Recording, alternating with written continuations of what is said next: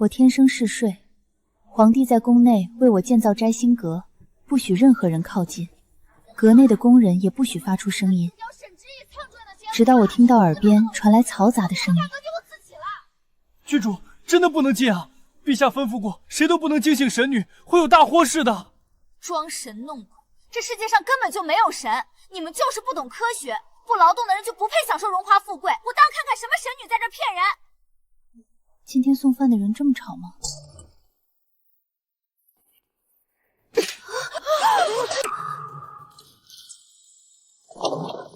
快给神女赔罪，再哭就要出大事了！都闭嘴！不过是地震而已，正常的地壳运动，有什么大惊小怪的？看什么看？我沈之意入宫3天，最瞧不上的就是你们这群愚昧的古人。郡主，求您了，别再惹神女生气了，我们都会没命的。我来自千年后，懂科学，懂文明。你们把巧合当神迹，把灾祸当天罚，简直荒唐！神女不过是躲在摘星阁里不劳而获的普通人。山石裂了，摘星阁后面的假山裂了，快护着神女，快啊！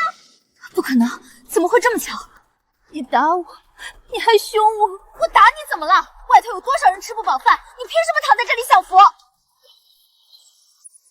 雷而已，那是空气放电，这也值得怪？郡主，你别说了，求您别说了。我偏要说，今天我就让你们看看，这世上根本没有神。仙女不能离开摘星阁，地下有旨，不得惊扰。少拿皇帝吓我。走吧，神女娘娘，让我看看你到底是真有本事，还是只会哭。我疼，我不想走。疼？你天天锦衣玉食的时候，怎么不想想别人疼不疼？都看清楚，这就是你们跪拜的神女，和你们一样会流血，会站不稳。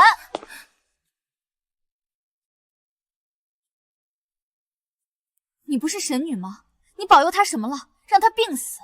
你想了那么多香火，你为她做过什么？我救不了每一个人。哼，那你能救谁？你自己。我疼。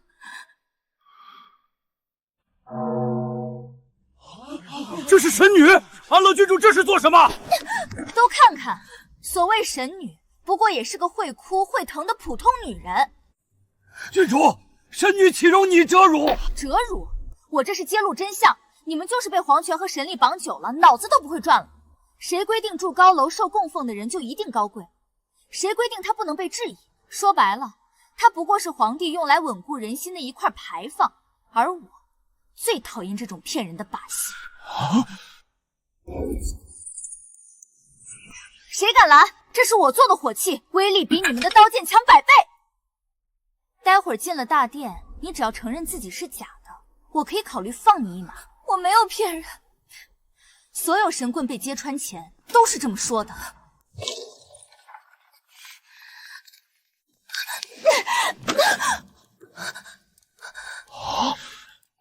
怎么了？他若真是神，就别摆出弱不禁风的样子。你不是很会哭吗？在摘星阁里掉2滴眼泪，就把这些人吓得魂飞魄散。放开我！现在当着满朝文武的面再哭一次，让我看看。你放开我！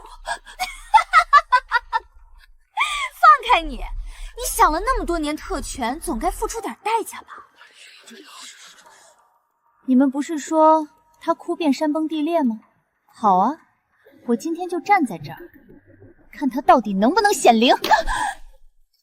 各位睁眼看看，所谓神女，不过也是个普通女人，百姓交税养着她，跪拜供着她，凭什么？因为你们愚昧。地震是板块运动，雷雨是天气变化，和她有半点关系吗？她不是神，她只是既得利益者，是靠着你们的恐惧活着的寄生虫。郡主，求您别逼神女了，陛下回来会杀了我们的。闭嘴！开口陛下，闭口陛下，你们能不能有点独立思考能力？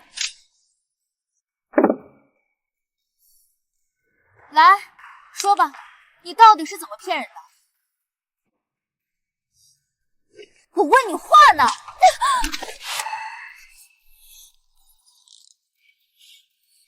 怎么不说话了？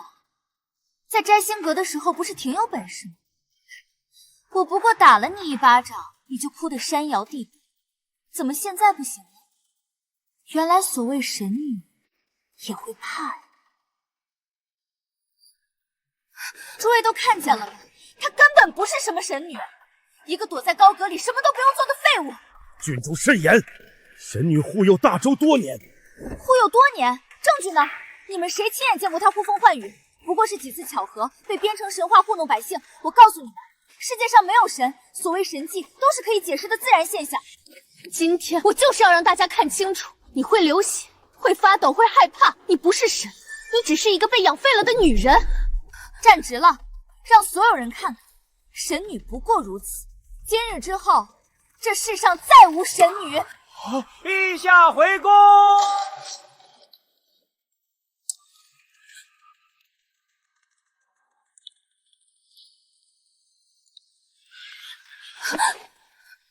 陛下回来的正好，臣女今日正替大周肃清迷信，亲手揭穿这个假神女，免得她继续蒙骗百官。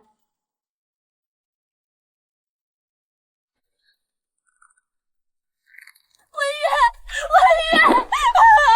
陛下您快救救娘娘！郡主她硬闯摘星阁，把神女娘娘一路拖过来，还当着这么多大人的面欺辱她，奴婢怎么拦都拦不住啊！陛下息怒，郡主行事的确太过。而郡主说的那些科学，听着也有些道理。是啊，若真是骗局，皇帝确实不该被蒙蔽。陛下，臣女知道真相往往很难让人接受，可事实就是如此残酷。她根本不是什么神女，不过是个被神化的普通人。您身为大周帝王，更该以理服人，而不是继续纵容这种封建骗局。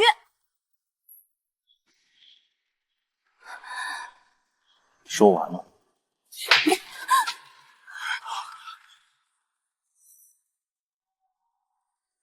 你打我！你居然为了一个装神弄鬼的女人打我！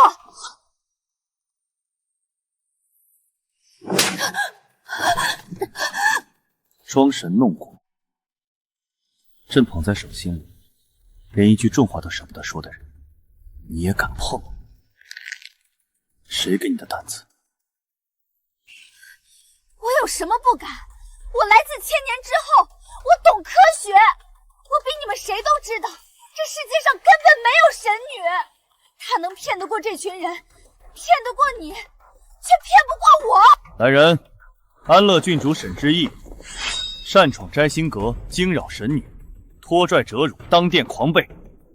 先掌嘴50，再押入天牢。没有朕的旨意，任何人不得探视。你不能这样对我！我懂火药，我懂水车，懂农法，我能让你们这个落后的朝代进步100年。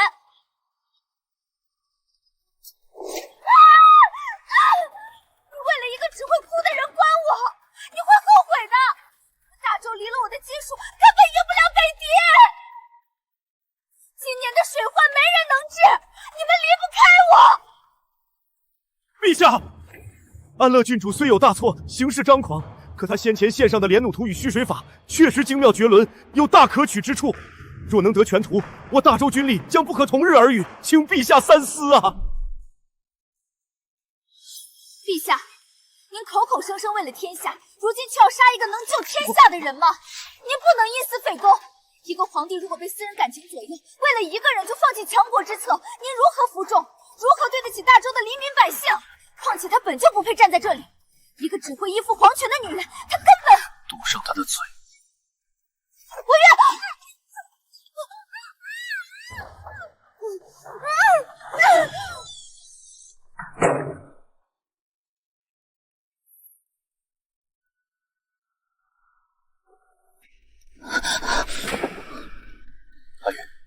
不怕。他骂我，他胡说。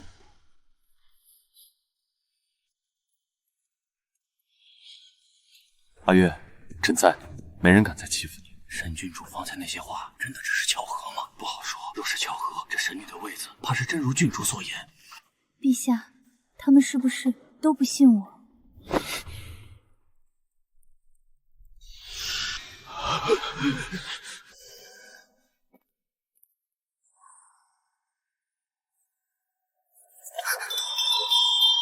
看见没有？这只是要下雨了，云群人，真以为这是他显灵吗？不过是天气变了，你们跪个什么劲儿？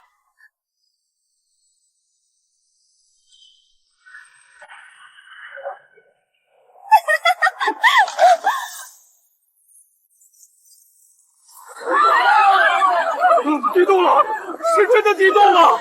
神女息怒，求神女息怒啊！不是他，这只是普通的地震，是地壳运动，跟他没有半点关系。来人，将沈之意押入天牢，严加看管。没有朕的旨意，任何人不得探视，不得放行。放开我！你们不能管我，我说的都是真的。你们迟早会后悔的，这个时代需要我，只有我能救你们，你们需要我。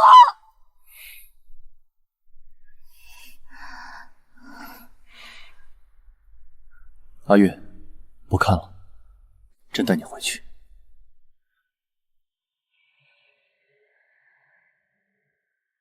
你会后悔的，皇帝，你们全都会后悔的。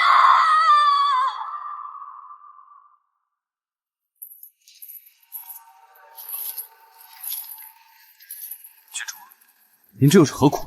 老实跟我们走，还能少受点罪。何苦？停下！我要见皇帝。郡主，您说什么？我说我要见皇帝，我有话跟他说。我手里有连弩图纸，有水车的构造图，这些东西能让大周国力翻倍。他要是聪明，就不该把我关起来。郡主，您别为难小的，陛下口谕，押入天牢，我们就只能照办。愚蠢！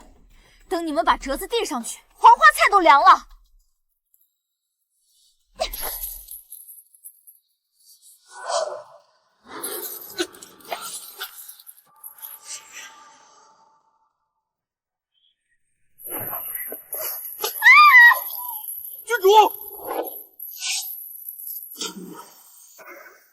郡主，快救人！救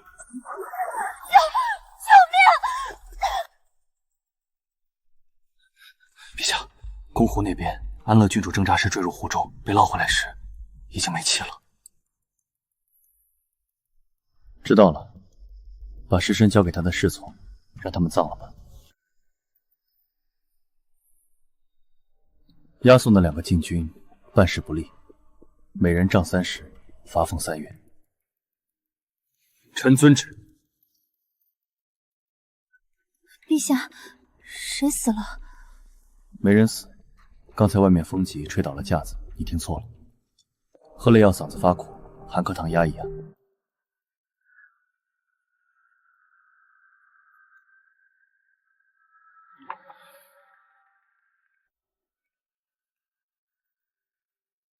你会后悔的，没有我，你们根本赢不了北狄，水患你们也治不了。连弩、水车、农法，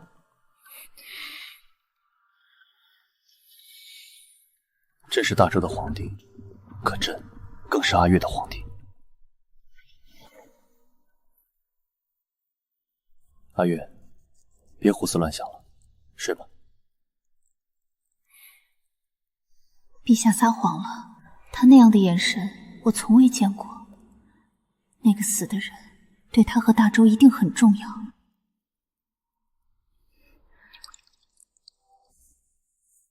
青竹姐，宫里把消息都压死了，说郡主是失足，咱们真的要就这么算了吗？失足？郡主那样聪明的人，怎么会平白无故落水？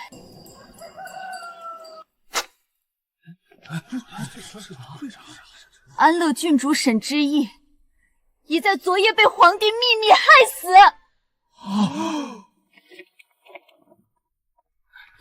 几位大人请留步。什么？这是安陵郡主画的。他不过是想让你们看清神权的虚伪，他想用这些救国救民，可那个神女不答应。郡主常说，这天下不是一个人的，凭什么那个神女什么都不做，却要受万民朝拜，而一心救国的人却要死于非命？郡主献的阵法救过弟兄们的命，皇帝此举太寒人心了。这就是郡主救国的证据，他没有错，错的是那些容不下真相的人。为郡主鸣冤！为郡主鸣冤！为郡主鸣冤！为郡主鸣冤！请陛下为安乐郡主证明，拆穿伪神，还大周公礼！拆穿伪神，还大周公礼！还大周公礼！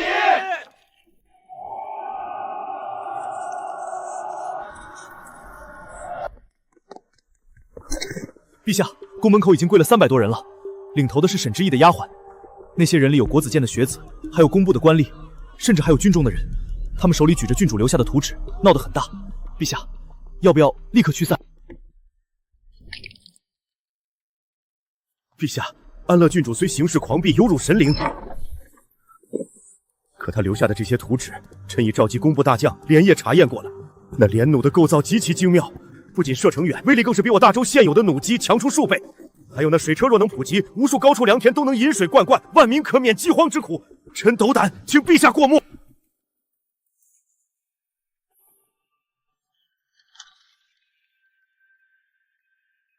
将图纸送往工部，召集神机营最好的工匠，即刻饲制。陛下圣明，大周社稷之福啊！沈之意已死，关于他的事，到此为止。传旨，让宫外那些跪着的人立刻散了。若再有敢拒人生事者，按律处置，绝不姑息。臣领旨。陛下，急报！别管急报！北狄集结8万铁骑，已在3日前攻破雁门关，前锋距京城已不足800里。800里，雁门关破了3天，朕竟然现在才接到急报，沿途驿站都在吃干饭吗？陛下，北狄细作潜入境内，切断了所有驿传，前面的17名信使全被截杀了。8万骑兵，可大周边境守军不足3万，京城只有2万残兵，这怎么挡？大周不必遇上北狄骑兵，那是必死无疑的局啊！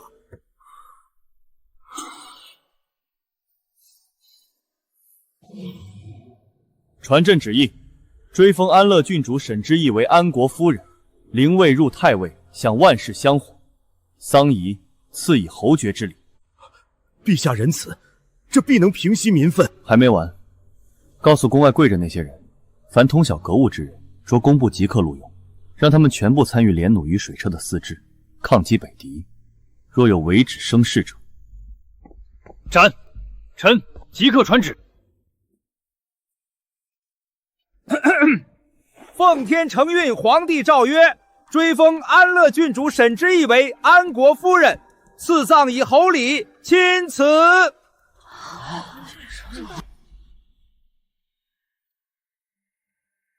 追封安国夫人，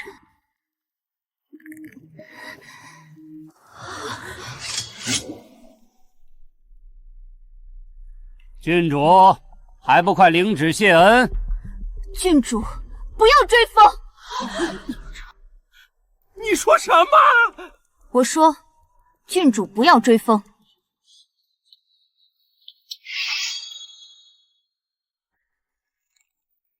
郡主生前最恨的就是这些虚名，她要的不是死了以后被人当成木偶供在太庙里受冷香火，她要的是活着的时候能做事，能救人。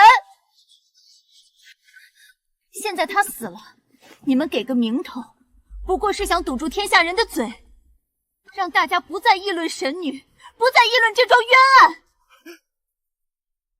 你们这叫假仁假义！大胆！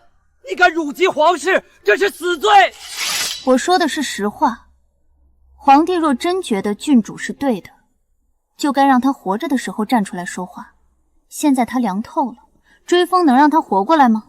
青竹姐姐，快别说了，小心性命啊！我替郡主领这道旨，但我替他不谢恩，因为你们不配。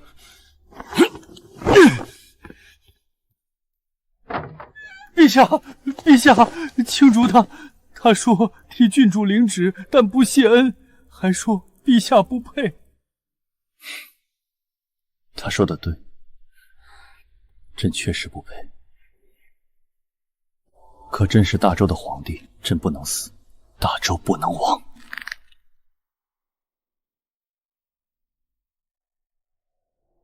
开弩，射！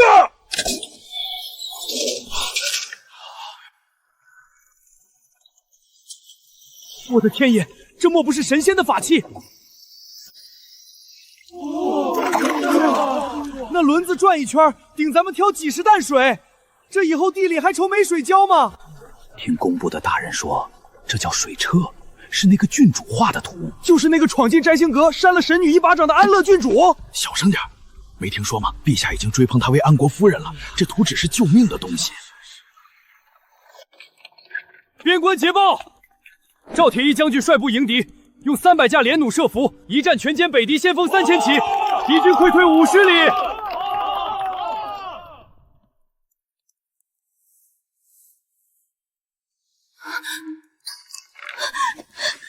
怎么了，清河？你说。娘娘，安乐郡主死了，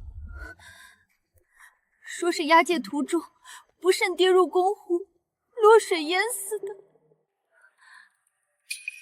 什么时候的事？半个多月前，郡主下葬的那天，京城正好在试制第一批连弩。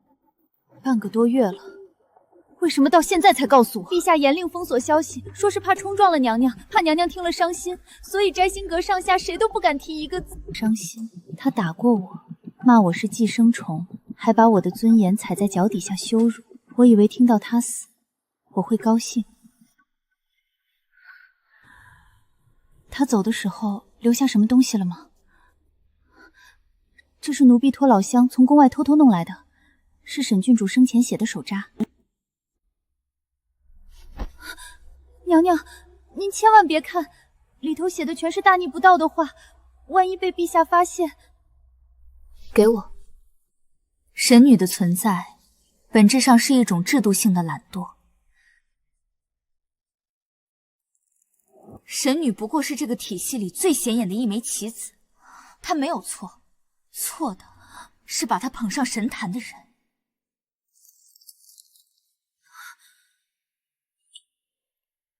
清河，你说，他说的是不是有些道理？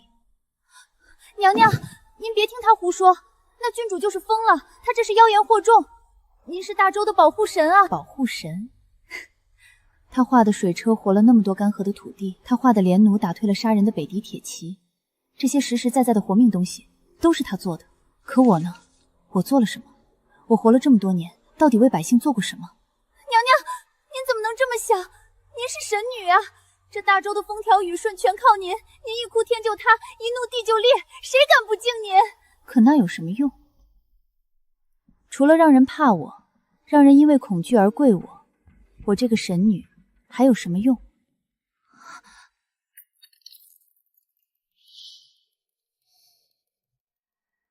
在我的世界，没有高高在上的皇帝，更没有被圈养的神女。那里人人平等，我们相信科学，相信汗水，唯独不相信眼泪。我见过大周百姓在烈日下跪在神庙前，磕得头破血流求一场雨，那是何等的愚昧。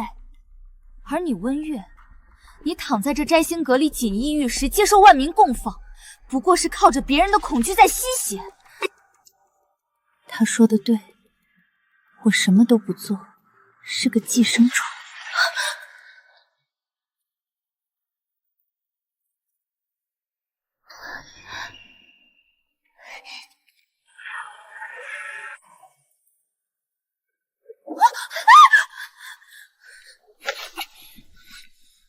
这种暗杂东西怎么会出现在你的枕头底下？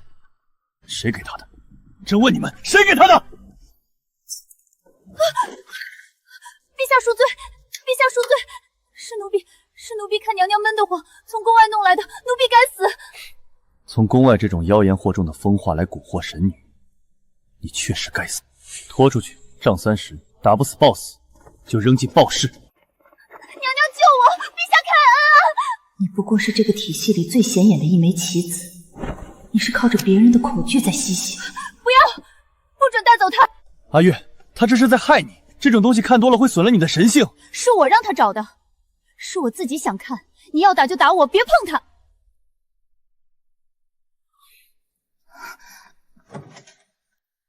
阿月，听朕的话，你不是他口中那种寄生虫，你是朕的阿月，是大周的神女，你什么都不用做，这天下万民供养你是他们的本分，朕会养你一辈子。陛下，如果我不是神女，如果你不需要这大周的风调雨朵，你还会这样养我一辈子吗？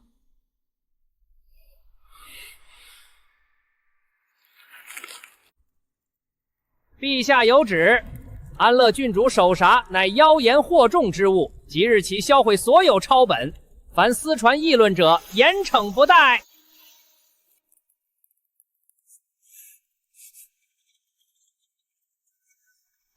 快点抄，火烧的再快，也烧不完咱们心里的这些道理。以前都说那郡主是冒犯神女的疯子，可你看这落毁边的水车，那是实实在在救了咱们一整村的命啊！是啊，若非那连弩，北狄铁骑早就踏平京城了。到底是神迹救了咱们，还是这科学救了咱们？赵铁一的捷报还在半道上，北狄新帅就已经到了。是北蝶王最凶残的儿子耶律古，他集结了15万精锐骑兵，号称要踏平大周，血洗前仇。15万骑兵，好大的胃口！陛下，还有一事，连弩的图纸泄露了，工部一名被收买的工匠带着样品和图样，半个月前逃往北狄了。什么时候的事？半个月前，那个工匠是跟着北狄西作一起跑的，等臣发现时，早已出了关。15万骑兵啊，咱们拿什么挡？连弩都泄露了，都说是陛下宠信神女，才招致此祸。陛下，臣周正元有本奏：北狄猖獗，边患日深，归结皆因陛下宠信神女所致。安乐郡主沈之义献图有功，乃社稷之臣，却因冒犯神女被下狱致死。此举已寒尽天下贤才之心。臣请陛下废神女之位，开贤才之路，以退北狄强敌。说完了。臣言尽于此。朕知道了，退朝。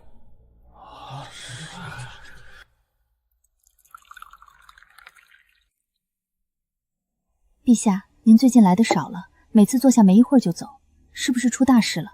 没有，不过是些琐碎政务，你别操心，养足精神。你别骗我了，我知道北狄人要打过来了，他们有15万骑兵，对不对？我也知道朝堂上那些大人都在弹劾你，说大周的灾祸都是因为我。谁告诉你的？是不是那些多嘴的奴才？没人告诉我。陛下，我虽然在阁里，但我不是聋子。陛下，我是不是真的一点忙都帮不上？阿月，你听好，你不需要帮任何忙，这天下有朕在挡着，你只要好好的，就是对朕最大的帮忙。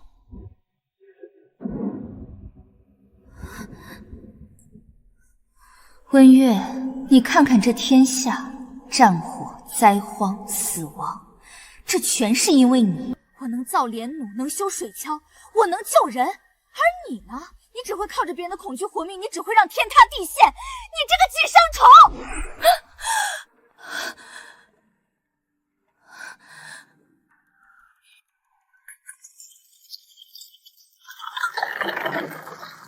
冷静，快冷静下来！别动了，求求你，快护我！阿月，没事，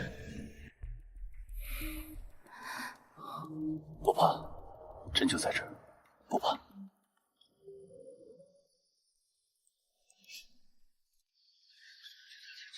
昨儿后半夜那震动，你们听见没？神女发怒了，北狄15万大军压境，神女定是不高兴了，这是天罚呀！什么神女？我看分明是妖女。她一不高兴就地动山摇，这不是祸害是什么？陛下有旨，凡造谣滋事、辱及神女者，杀无赦，带走。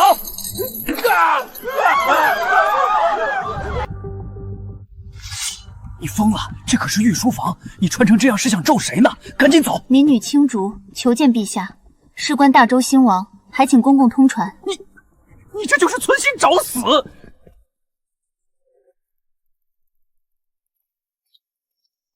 陛下，沈郡主的那个丫头青竹，在外面跪着求见，她穿着一身丧紫，让她进来。这是郡主生前最后画的图纸，郡主防着有人盗取机密，之前那张图纸少了一个关键的机扣，那是连弩的改良版，射程更远，装箭更快。但若没有这上面记载的特殊零件，被北狄人偷走的那些废纸就是废铁。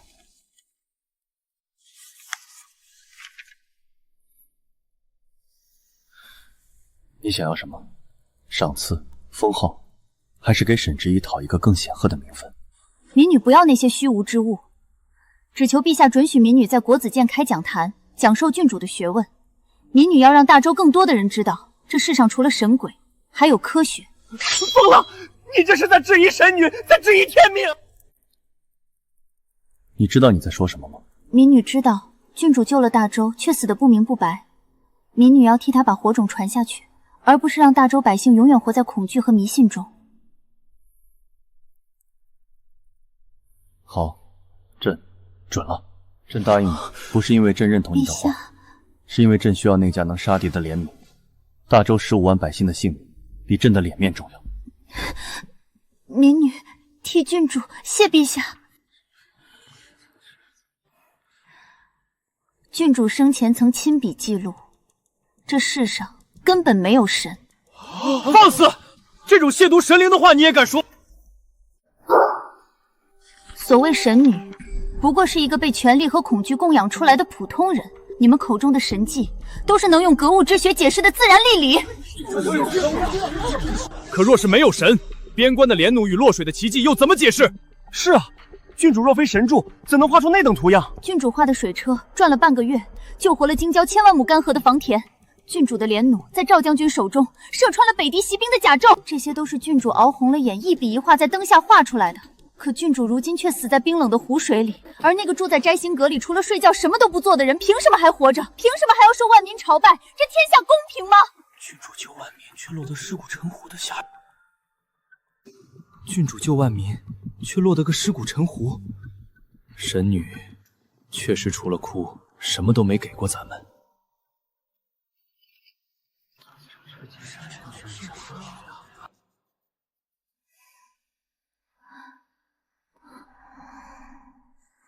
我睡不着，我好想知道他们在看什么。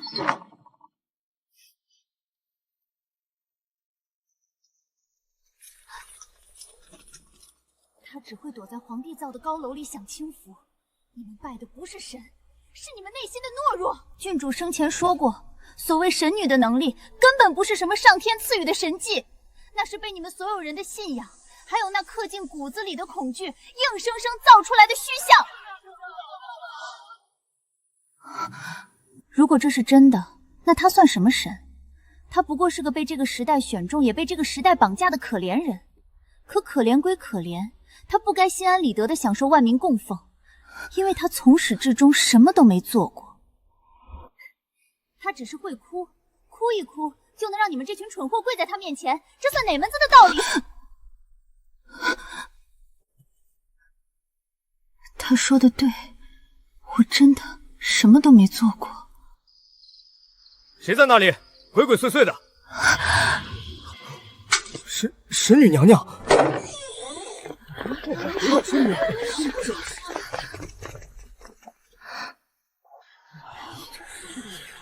这就是神女，竟如此狼狈不堪。看她这样子，确实跟普通人没什么两样。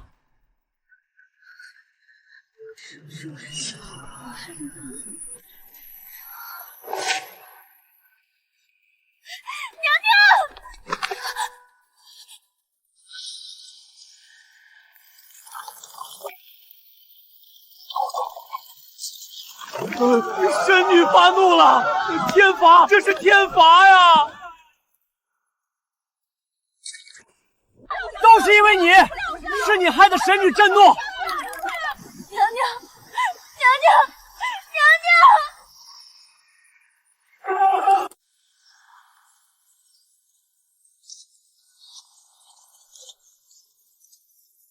目标：皇城摘星阁。首领，趁着大周内乱，我们要杀掉神女吗？耶律谷将军有令，神女不死，大周不乱。杀掉那个一哭就天塌地陷的女人，大周将不攻自破。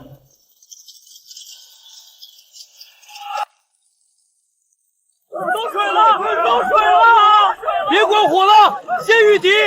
有细作闯进来了！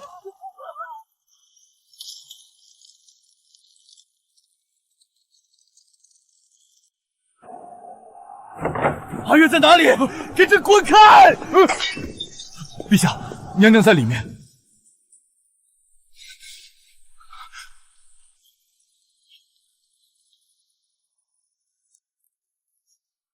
陛下，神女娘娘这是心神俱损，受了极大的惊扰，加上惊吓过度，恐怕。恐怕什么？朕不听废话，朕只要他醒过来。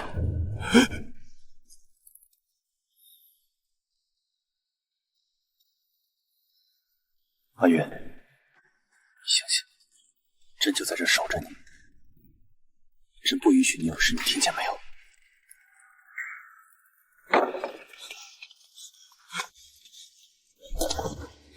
陛下，不好了！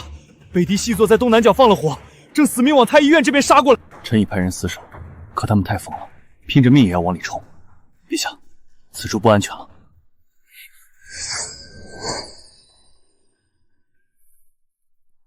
把阿月背起来，走回摘星阁。清河，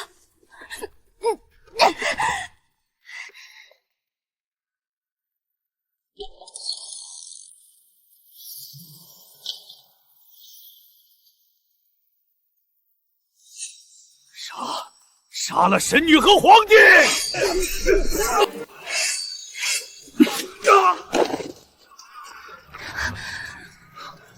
走暗道，摘星阁有机关，进去了他们就攻不进来。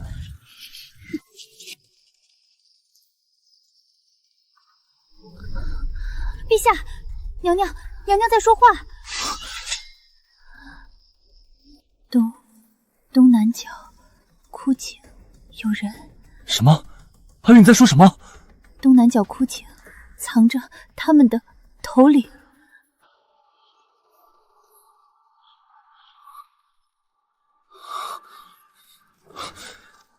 带上一队精锐，去东南角枯井。没听清吗？封死那里，把人给朕挖出来！臣领命。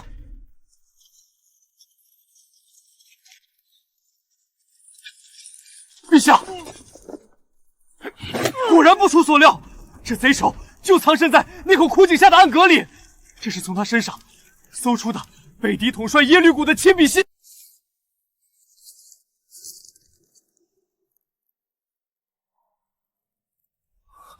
陛下，东南角枯井隐秘至极，连臣等日夜巡逻都未曾发觉。您到底是怎么知道的？不是朕知道，是他。娘娘，您都这样了，竟还在护着大家。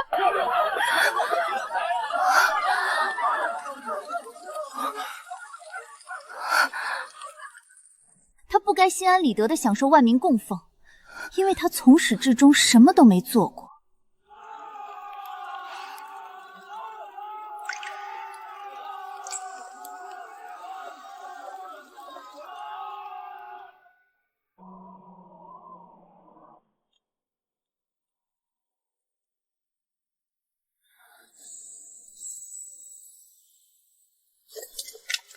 火！漫山遍野全都是火把！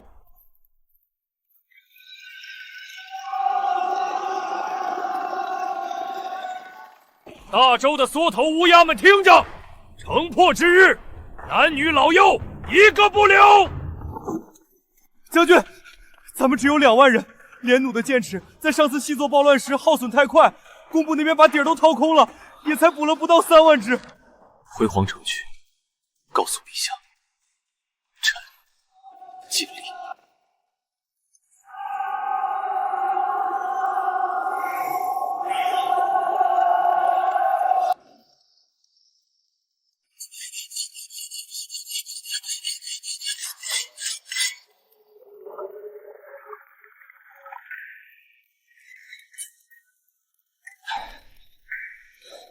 搬重些，就算砸，也要砸死那群北狄人。爷爷，我不怕，神女还在，咱们不能逃。北狄大军已经到城外了，赵将军正在城墙上守着。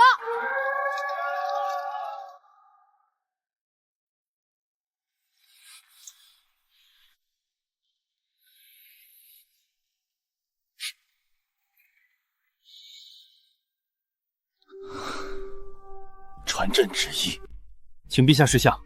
打开国库，把所有的粮食和兵器都分发给百姓。打开宫门，让城中百姓全部进来避难。陛下，万万不可！宫门一开，防守全无，万一有细作混在灾民里，您的龙体……细作不是早就进来过吗？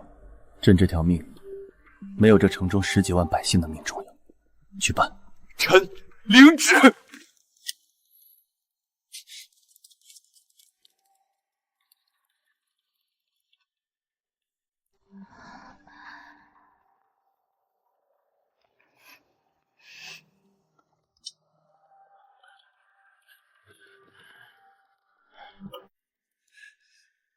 陛下，神女娘娘真是心神耗尽，臣等已用了最好的药，至于能不能醒，只能看天意了。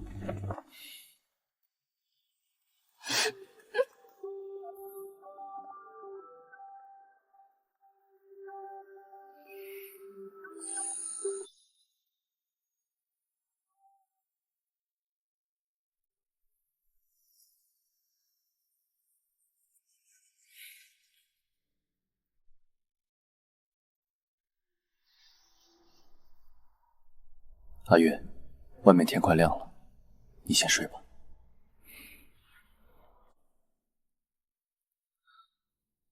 朕去替你守城，如果朕回不来了，你就不要醒了。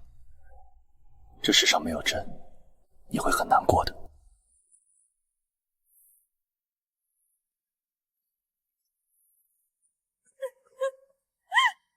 陛下！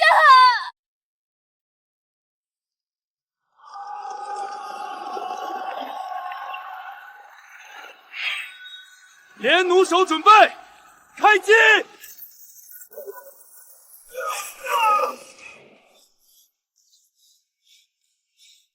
陛下，连弩厉害，这群蛮子爬不上来。盾阵，换破甲剑！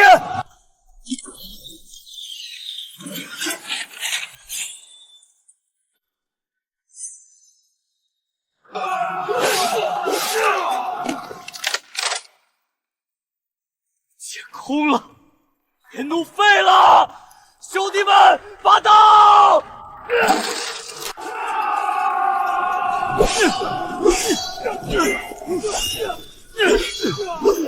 陛下，你退回去吧，守不住了！朕是大周的皇帝，朕不退。那是大周皇帝，放箭，射死他！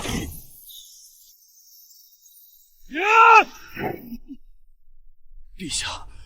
臣先走一步。啊！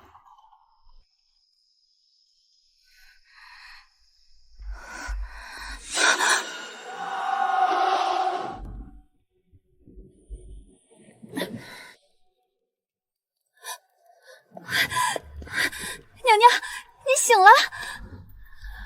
外面在打仗。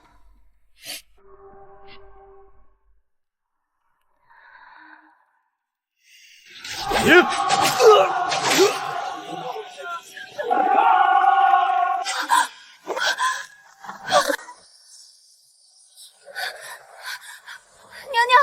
城快守不住了，陛下北狄人快攻上城头了。如果我真的可以，娘娘，您不能这样。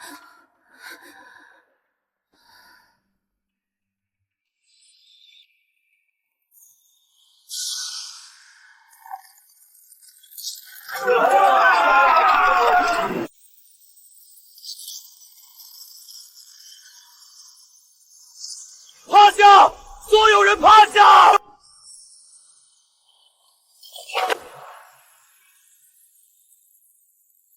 阿月，不要！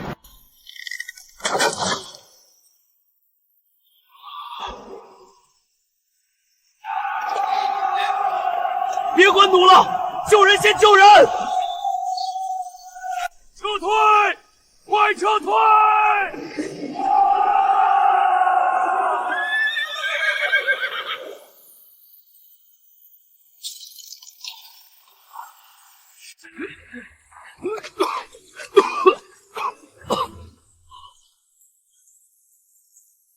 神女，这世上竟然真的有神女！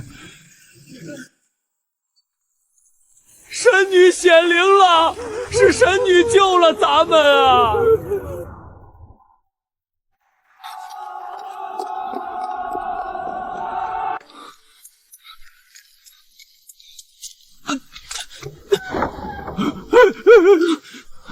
朕不要太医，朕要阿月！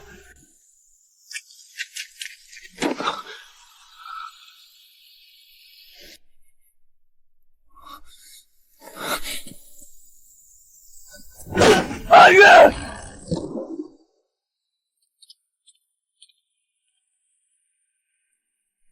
阿月，你醒醒，你看看朕，朕回来了，北狄人退了，城保住了，你睁眼看看朕啊！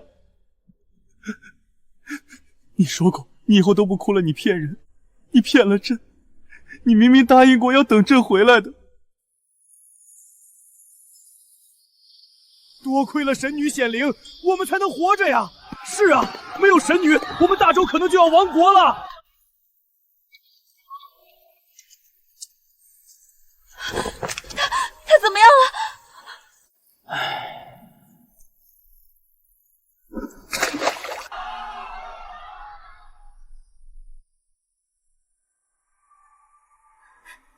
寄生虫，我骂他是寄生虫，我说他除了哭什么都做不了，可他做了。在我们要死的时候，他用命救了我们。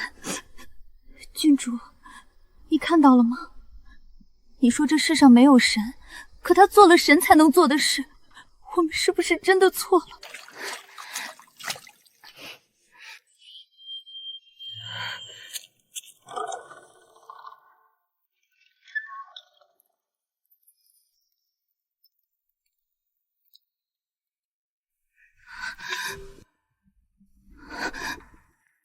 陛下，民女有一句话想说给陛下听。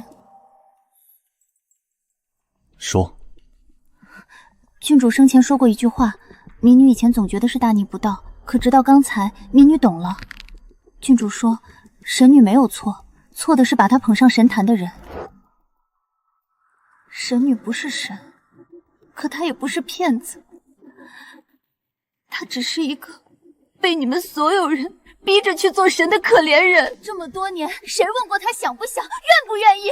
他只是被你们不由分说的放在了那个最高的位置上，然后所有人都在告诉他，你是神，你不能流泪，你不能软弱，你必须保护大周的每一个人。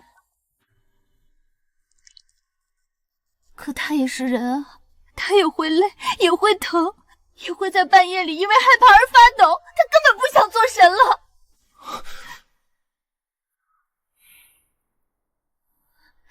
可他不敢说，他怕一旦他不灵验了，陛下还会不会像现在这样要他？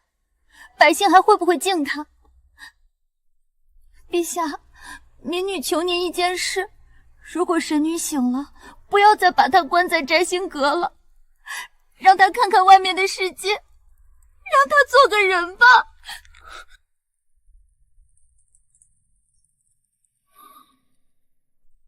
朕一直以为是在护着你，可原来是朕亲手把你逼上了死路。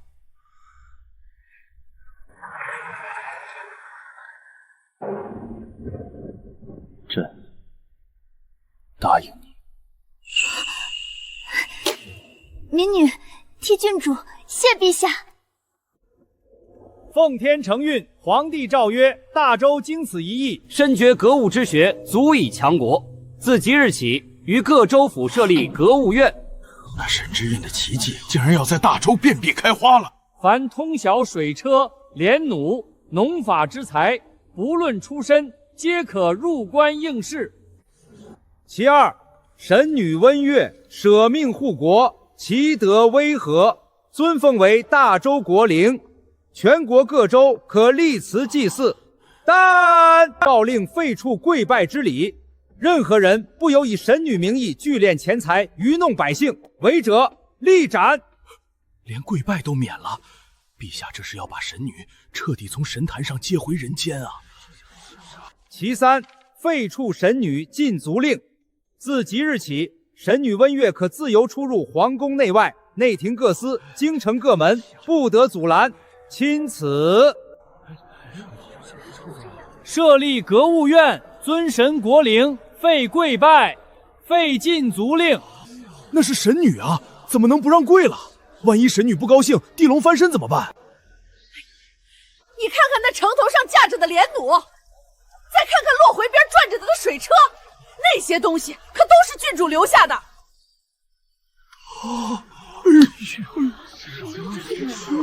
是啊，昨儿个北狄15万大军压境，咱命都没了，是神女拿命换回来的雨。皇帝这是心疼了，神女也是人，也得出来透透气不是？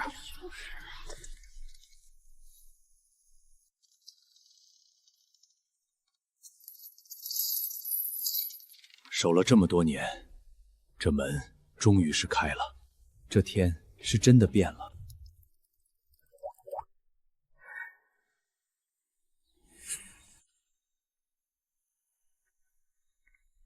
沈之意，你不恨我了？我以前拼了命的证明自己，做那个改变世界的人。可你什么都不用做，只是站在那里就得到了我想要的一切。但后来我发现，你得到的东西叫枷锁，便恨不起来了。为什么？明明是我让你变成了现在这样。因为我后来发现，你根本不是什么神。你只是一个被这世俗供奉、被所有人逼着活得太累太累的普通人。那你呢？你被这个世界害成这样，你恨这个世界吗？不恨了，因为我的连弩守住了这座城，我的水叉救活了那些干涸的土地，我的手札也传给了那些真正想改变世界的人。我沈之意来这大张一遭，没白来。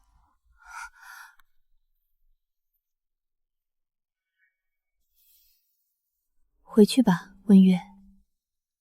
沈之意，别在这儿赖着了，有人在等你，等了你很久很久了。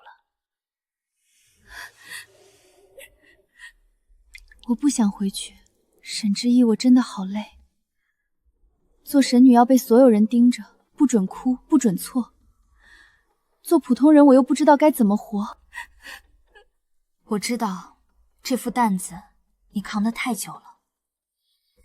可那个人等了你太久了，你忍心让他一直等下去吗？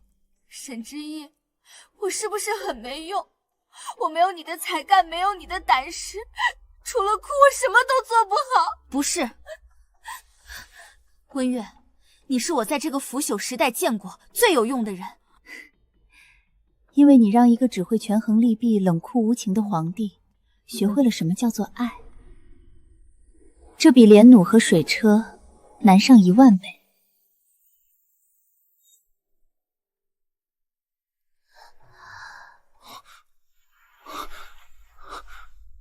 阿月，阿月，你醒了，你真的醒了。你看看朕，阿月，你看看朕啊！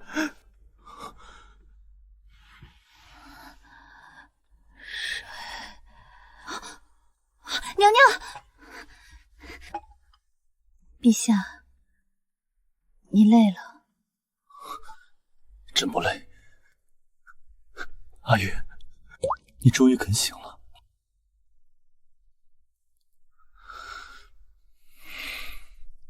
你这一觉睡了整整3年。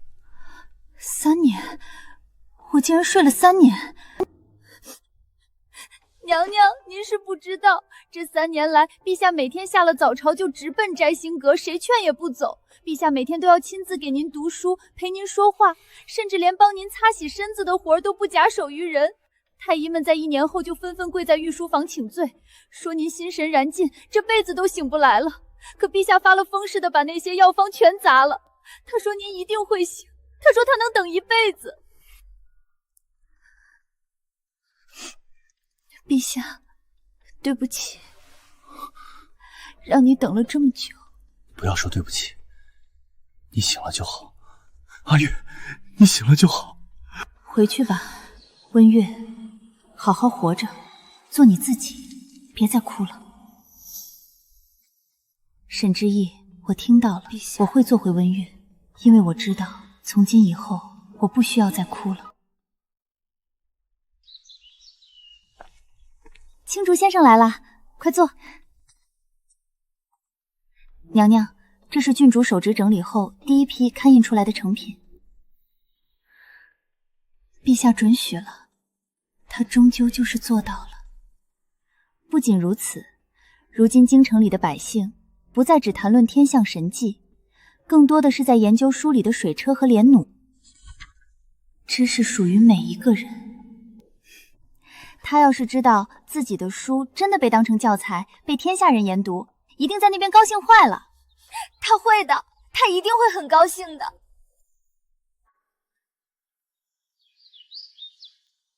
青竹，你说他还会再来吗？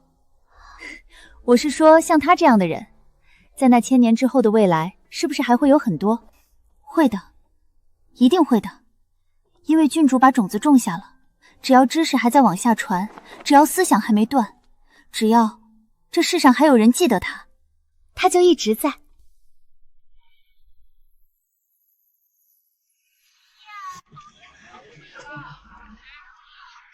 有了这水车，咱这片地再没荒过，今年秋收定能翻番。嘿，这改良后的连弩就是稳，郡主留下的手艺真是救了咱全家的生计。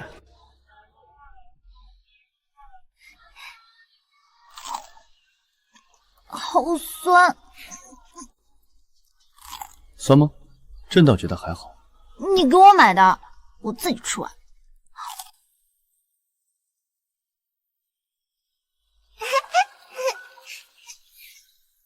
想放风筝？我以前也放过风筝。什么时候？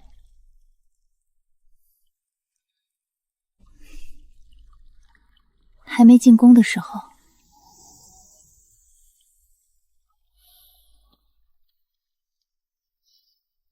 格物者，穷理也。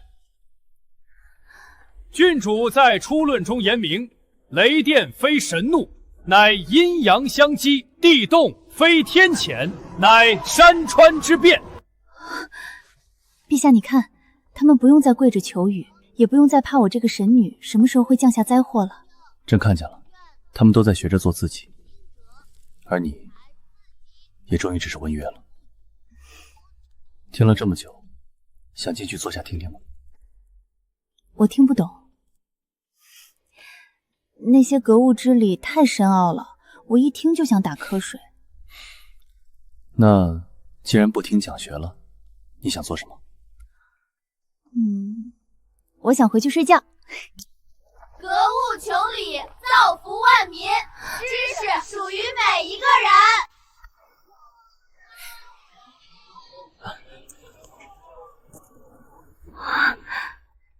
陛下，回家。好，回家。